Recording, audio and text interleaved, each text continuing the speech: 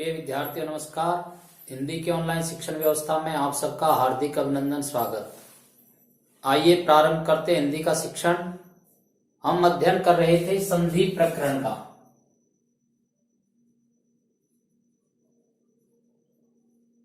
संधि प्रकरण, संधि प्रकरण में हमने और स्वर संधियों के सभी भेदों का अध्ययन कर लिया है। आप जानते हैं स्वर संधि के 5 भेद है। दीर्घ स्वर संधि, गुण स्वर संधि, वृद्धि स्वर संधि, यण स्वर संधि और अयादि स्वर संधि। अब हमारा जो संधि का अगला प्रकरण है वह है व्यंजन संधि। व्यंजन संधि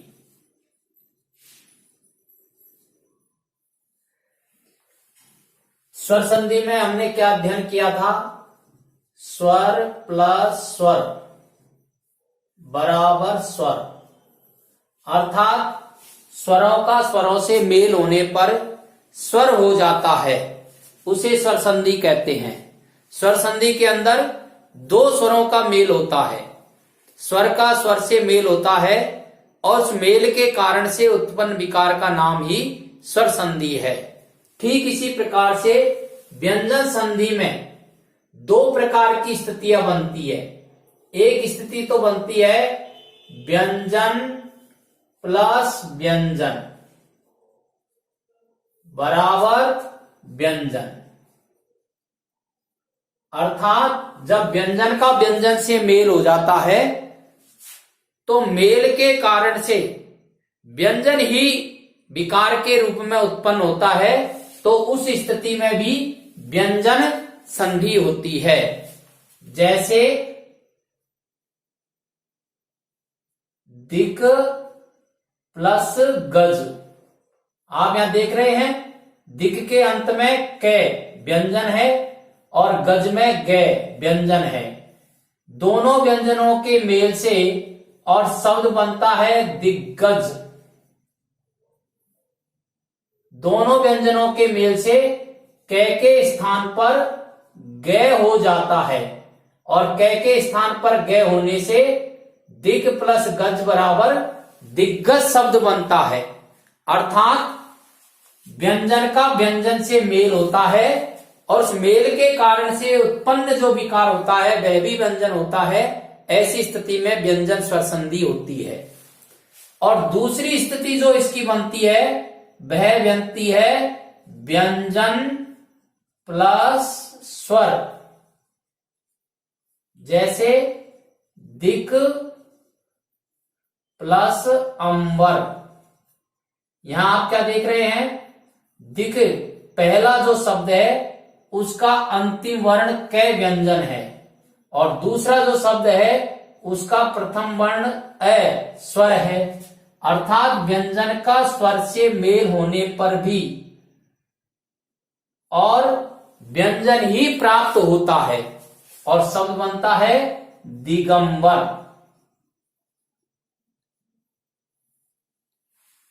तो इस प्रकार से हम ये कह सकते हैं व्यंजन से व्यंजन का मेल होता है तो व्यंजन संधि होती है और व्यंजन का स्वर से मेल होता है तो भी व्यंजन संधि होती है। अर्थात व्यंजन के व्यंजन से मेल होने पर व्यंजन प्राप्त होता है और व्यंजन का स्वर से मेल होने पर भी व्यंजन प्राप्त होता है। इस प्रकार से 2 स्थितियों में और व्यंजन स्वर संधि होती है। अब ये जो हमारे वर्ण हैं इनके उच्चारण स्थानों के बारे में पहले भी हमने पढ़ा है। हम जब किसी भी वर्ण को बोलते हैं, वर्ण कितने प्रकार के होते हैं? वर्ण 2 प्रकार के होते हैं। एक तो होता है स्वर वर्ण और एक होता है व्यंजन वर्ण। ये मूलतः क्या है? ध्वनि है। एक तो होती है स्वर ध्वनि और एक होती है व्यंजन ध्वनि। इन ध्वनियों का जो उच्चारण होता है, उच्चारण कहां से होता है? मुख से होता है। तो इन ध्वनियों के उच्चारण में आमतौर पर 2 प्रकार के प्रयत्न होते हैं। किसी भी स्वर या व्यंजन का जब हम उच्चारण करते हैं, स्वर वर्ण या व्यंजन वर्ण का उच्चारण करते हैं, या स्वर ध्वनि या व्यंजन ध्वनि का हम उच्चारण करते हैं, तो आम तौर पर दो प्रकार के प्रयत्न होते हैं। उसको हमने कहा है प्रयत्न के आधार पर वर्णों के भेद।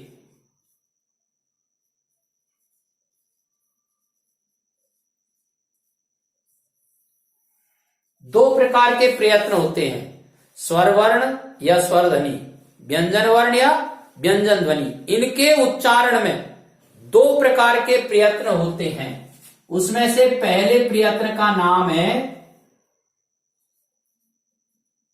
मुंह के विभिन्न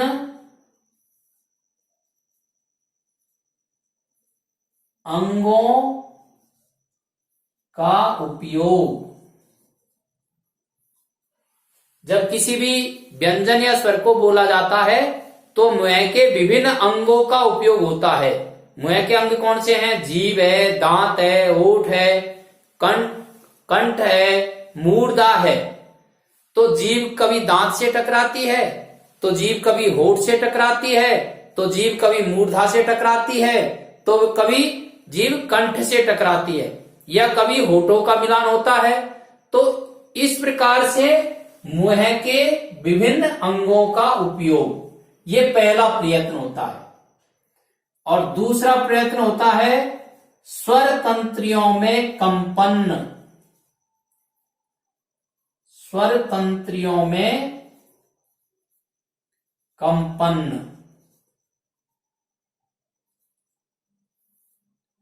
तो पहले प्रकार का प्रयत्न तो क्या होता है? मुंह के अंगों का विभिन्न स्थानों से टकराना या उपयोग। और दूसरे प्रकार का प्रयत्न होता है स्वर तंत्रियों में कंपन। स्वर तंत्रियों में जो कंपन होता है उसको हम कहते हैं घोष ध्वनि। घोष ध्वनि या घोष वर्ण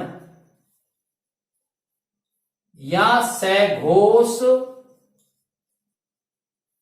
वर्ण। और मुंह के विभिन्न अंगों का जब उपयोग होता है तो उसको कहते हैं अघोष ध्वनि। अघोष ध्वनि या अघोष वर्ण।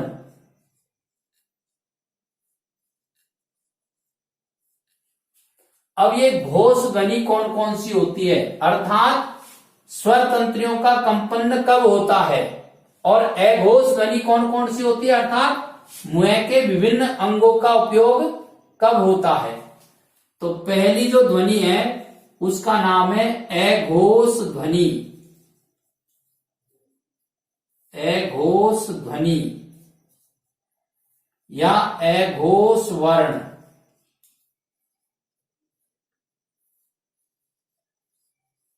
और ये अघोष वर्ण कौन कौन से होते हैं?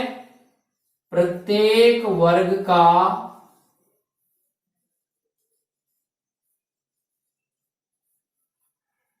पहला एवं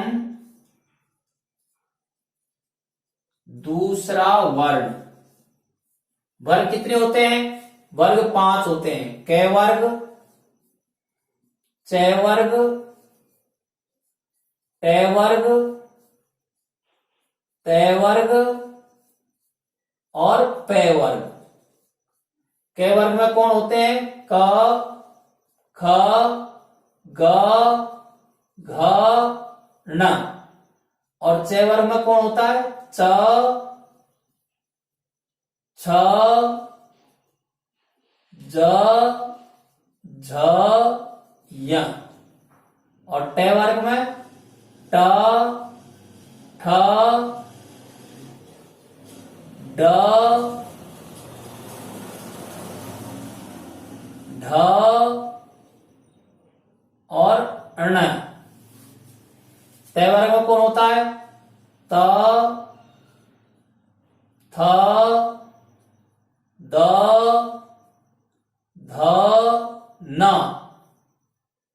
और पे वर्ग में प, फ, ब, भ और मैं। ये 5 वर्ग होते हैं, इनको स्पर्श व्यंजन कहते हैं। क्या कहते हैं? स्पर्श व्यंजन। और स्पर्श व्यंजनों के कितने वर्ग होते हैं? 5 वर्ग होते हैं। कौन से वर्ग होते हैं? पहला कै वर्ग, दूसरा चै वर्ग, और तीसरा टै वर्ग, और चौथा तै वर्ग, और पांचवा पै वर्ग होता है। तो अघोष व्यंजन या अघोष वर्ण कौन से होते हैं? प्रत्येक वर्ग का पहला एवं दूसरा वर्ण।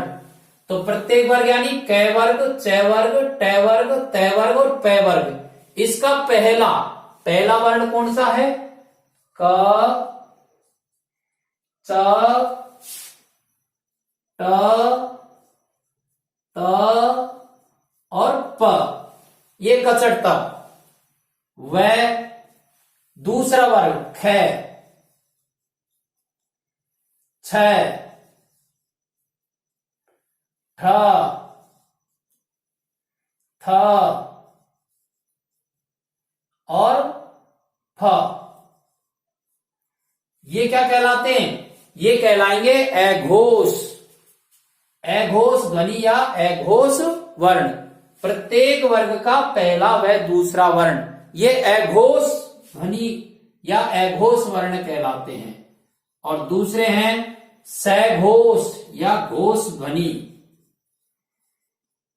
घोष ध्वनि या सघोष वर्ण, ये कौन होते हैं?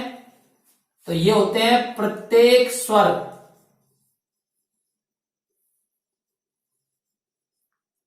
या सभी स्वर। सभी स्वर क्या है? सभी स्वर घोष ध्वनि है। सभी स्वर यानी कौन?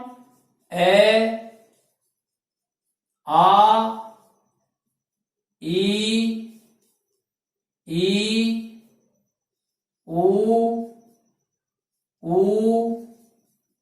री, ए, आई, ओ, औ। ये सभी स्वर घोष ध्वनि है। इनके अलावा प्रत्येक वर्ग का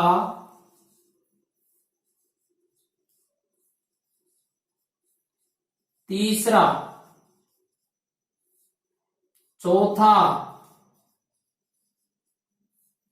और पांचवा वर्ण,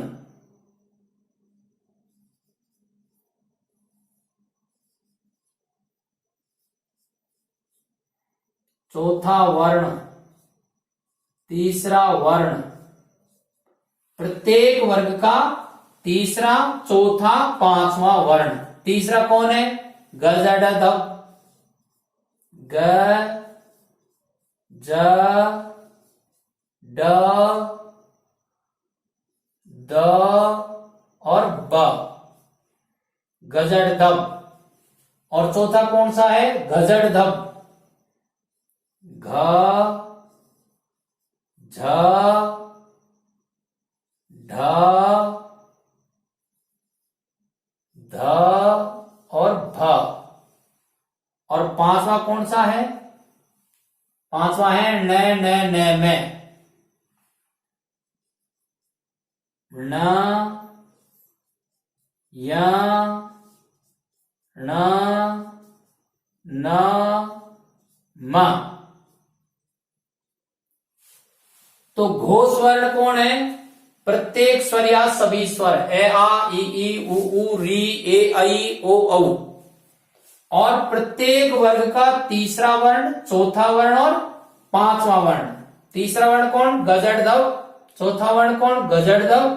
और पांचवा वर्ण कौन? न, न, न, न, म। इस प्रकार से प्रयत्नों के आधार पर या स्वर और व्यंजनों के उच्चारण में जो 2 प्रकार के प्रयत्न होते हैं, उनमें से पहला प्रयत्न जो है वो है अघोष ध्वनि और दूसरा प्रयत्न है वो है घोष ध्वनि। अब ये जो स्वर संधि है या स्वरों का जो मेल है ये प्रयत्नों के आधार पर होता है, अर्थात अघोष के सामने घोष आ जाता है या घोष के सामने अघोष आ जाता है, और घोष के सामने अघोष आने से या घोष के सामने अघोष आने से जो उत्पन्न होता है विकार उसी का नाम व्यंजन स्वर संधि है। तो इस आधार पर व्यंजन स्वर संधि के कुछ निश्चित नियम हैं और उन नियमों को हम समझ कैसे सकते हैं। तो इसमें से पहला नियम है घोष ध्वनि, अर्थात पहली जो व्यंजन संधि है वो घोष ध्वनि के नियम के आधार पर बनेगी, और दूसरा जो नियम होगा वो होगा अघोष ध्वनि, और तीसरा जो नियम है वो है अनुनासिक। अनुनासिक यानी नाक से बोले जाने वाले वर्ण, और ये नाक से बोले जाने वाले जो वर्ण हैं उनके हमने अलग से भेद किए हैं। तो पहले भेद में क्या बताया गया है, तो पहले भेद में बताया गया है न, य, न, मैं, इसकी संधि होगी। और दूसरा जो इसमें बताया गया है मैं की संधि,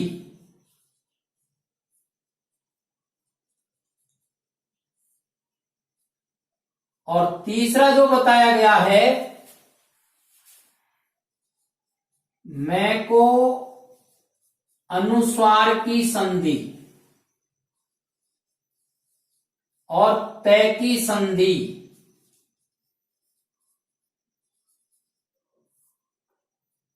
और से की संधि,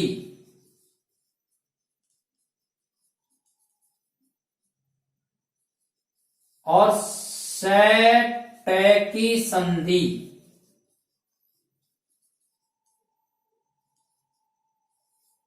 और न की संधि,